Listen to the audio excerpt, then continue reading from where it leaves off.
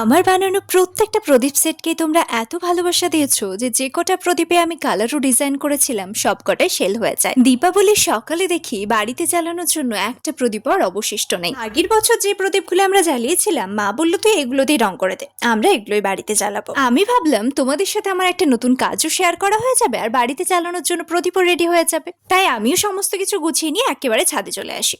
আসলে হাতে একেবারে অল্প সময় থাকায় ছাদেই রোদের মধ্যে কাজটা শুরু করে দিয়েছি, যাতে একটা প্রদীপ যখন কালার করব অন্য প্রদীপটা শুকনো হওয়ার মতো একটু সময় পেয়ে যায়। সবকটা প্রদীপে আগে বেস কালার দিয়ে হালকা একটু শুকনো হতে কাজটা শুরু করে দিয়েছি। যেহেতু বিশাল কিছু ডিজাইনের চাপ মাথায় রাখতে চাইনি তাই প্রত্যেকটা প্রদীপকে বেশ কালারফুল করার চেষ্টা করেছি। যেহেতু ডিজাইন করতে বেশ অনেকটা ধৈর্য এবং টাইমও লাগে আর আমি বসেছি কালী পুজোর দুপুরে কাজটা করতে, তাই কোনোভাবে সম্ভব নয় যে একটা নিখুঁত ডিজাইন আমি করব। যাই হোক, খুবই অল্প সময়ের মধ্যে করা আজকের আমার এই কাজটা তোমাদের কেমন লাগলো অবশ্যই কমেন্টে জানিও। সবাইকে শুভ দীপাবলির অনেক শুভেচ্ছা। খুব ভালো থেকো, সুস্থ থেকো। চলো আজ আসি, বাই।